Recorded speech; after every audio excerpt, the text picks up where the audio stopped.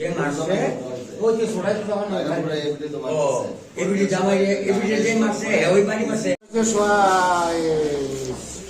সন্ধ্যাবেলা করে চাটা করে খাওয়াইছে চাটা করে খাওয়ানোর পরে এবারে পানটা দিছে এবারে নামাজ পড়ছে নামাজ পড়ে সেটা এবারে ব্যবসা করতো আইয়া সেরে এবারে কিলান ধরছে কিলান মুরান এহাইয়া ধরছে সবল মিয়া এহাইয়া মুরান ধরছে কি লাগে তাকে স্বামী এবারে কিছু কয় বেটি কয় আমার মারে করে এবারে সেটা দৌড়তে গেল লইয়া সেটা বেটির কুপতি তুলেছে সেটা ধরছে এই সিলিন্ডার ছড়াই এসে এরা বাজালা আছে এবারে ওই হেঁটে গেছে ছড়াই তো এবারে আবার সেনিটা লইয়া সেটা এবারে কুপ তুলছে এবারে তার বাড়িটা দিছে বাড়িটা দেওয়ানে সেনিটা লইয়া উইরা বসছে ওইটা সেটা বেটির যাতা দিয়ে ধরছে তার বিলারে যাতা দিয়ে ধরছে মানে কি কারণে হুদুদি কোনো কারণ নাই তাহলে কি নেশা করে না সেটা করে না যে গাঁজা পাগলের মতো না ইয়া কুপান করছে আবার তবে মানুষ মহিলার বয়স কত?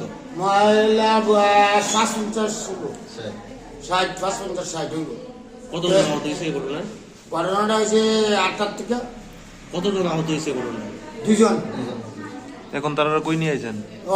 আমরা ফার্স্ট গাড়ি তুললেছিলাম হাসপাতাল নিয়েছি, হাসপাতালে এনে ডাক্তারের কাছে রাখছি।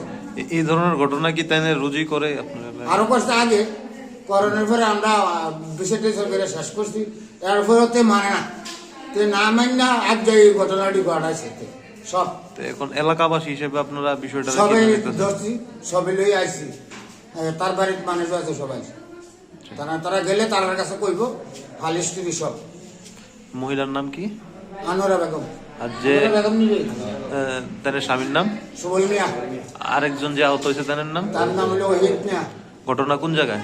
এটা তেবারিয়া ফুটপাড়া।